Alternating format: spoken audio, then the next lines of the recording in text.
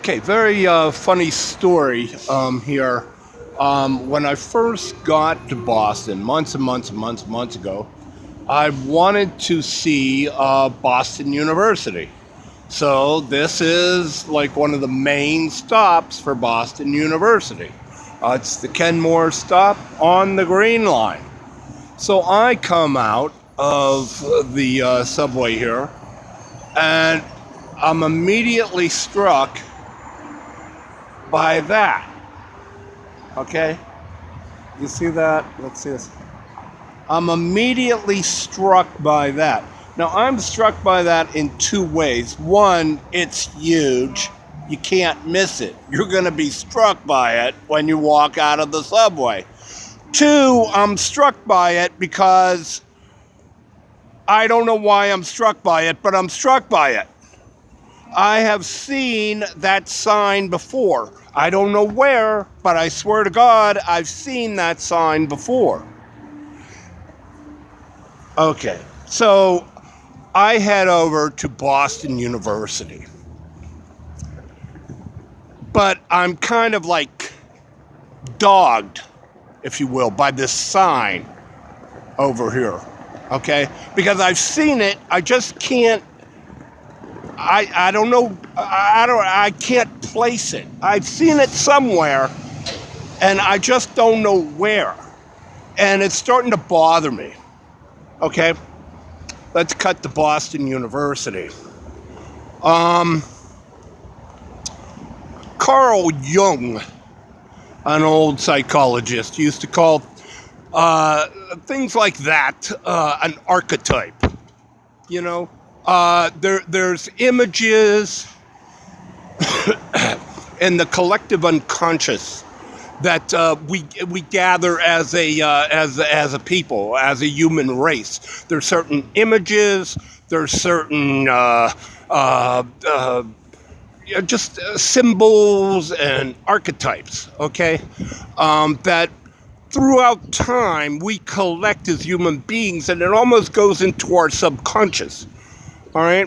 A good example of this is Close Encounters of the Third Kind. If you ever saw Close Encounters of the Third Kind, Richard Dreyfuss begins all of a sudden tearing apart his living room and building, like in the middle of his living room, this huge mountain of mud. And his wife, his children have no idea why he's doing it. He's just doing it. He just feels obsessed with building this huge mountain of mud.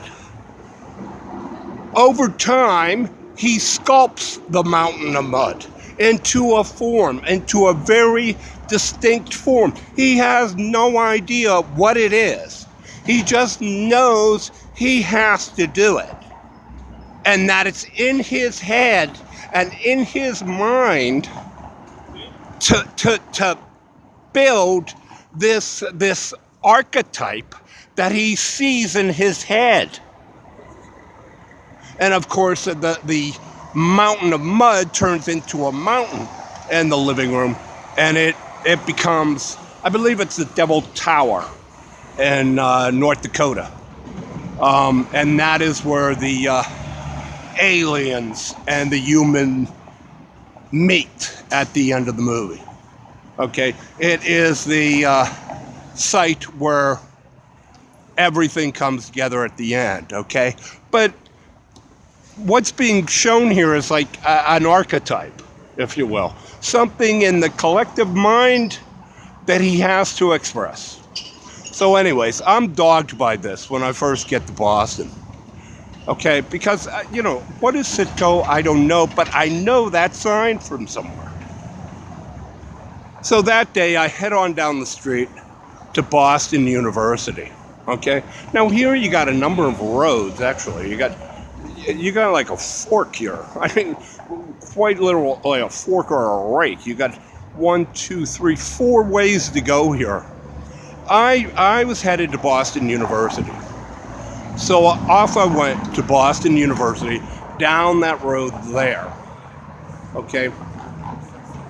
Later in my stay in Boston, I made a left, okay, to see what is down here. Okay. Now, mind you, it is April. Okay, so, the banners and bunting are out now for the Red Sox game. Okay, and they're playing the Yankees this week too, so it's not your typical week here in Boston. I mean, it's rivalry number one. So I no sooner turned the corner here 4 or 5 months ago, and there she is. It's like, that's how I know the CITGO sign. That is why I know the CITGO sign. Never heard of the gas station or whatever it is, but I know it from years and years and years of watching Saturday afternoon baseball games with Kurt Gowdy and Tony Kubek announcing Saturday afternoon games on NBC. Okay. With Carl Yastrzemski and classics at my age. 55, 58, 60 years old, grew up with. Here, watching the games from Fenway Park.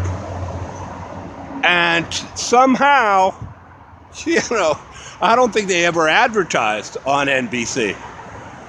But behind the green monster, behind the walls here of Fenway Park,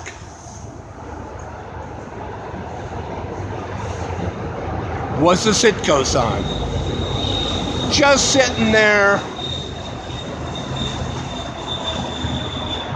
not bothering anybody, but instilled in the mind of every true baseball fan.